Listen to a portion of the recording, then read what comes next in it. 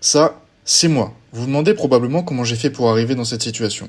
Il y a pas longtemps, je me suis lancé le défi de faire grand bassin sans courir le plus vite possible, à l'aller et au retour. Il faut savoir que c'est quand même une marche assez compliquée puisque c'est plus de 800 mètres de dénivelé et environ 5 km aller, 5 km retour. Alors, pour voir comment je me suis débrouillé, je vous emmène dans ce vlog tranquillou pilou avec moi dans les coulisses. On va voir si c'était bien, si je me suis amusé, si je suis tombé dans l'eau un moment parce que j'ai dû récupérer une gourde. Globalement, ça s'est bien passé. La descente était un peu interminable puisque tu fais que descendre en boucle pendant très longtemps.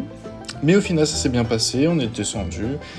J'étais avec de la famille, un tranquillo pilou, tu connais. Bah après, j'ai pas grand chose à dire, hein. On a marché, j'ai marché devant, moi j'ai fait mon petit truc tranquillou. Bon, deuxième kilomètre, ça va. J'ai enlevé ma double couche parce que j'avais trop chaud. C'est tranquille, je cours pas, je marche. Je verrai si je cours un petit peu. Hop là. Au retour. En tout cas, c'est pas ultra praticable parce que il a plu cette nuit. Il y a des zones qui sont encore humides et ça glisse beaucoup même avec mes chaussures. Ce sont des bonnes chaussures de trail. Ça glisse quand même pas mal. Hop. Voilà, on se retrouve plus tard.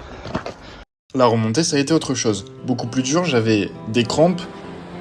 J'avais sans doute pas bu assez d'eau et mangé un peu trop, un truc comme ça. Au final, la remontée, bon, sur Strava, ça indique pas exactement la même chose parce que j'ai compté une partie du retour. Mais bref, j'ai fait à peu près 1 heure pour faire toute la montée, donc environ 5 km. Donc 1 heure, 1 heure 10 à peu près, par là. Donc plutôt fier de ma performance et j'ai plus rien à dire. Donc on se retrouve pour une prochaine vidéo. Ciao!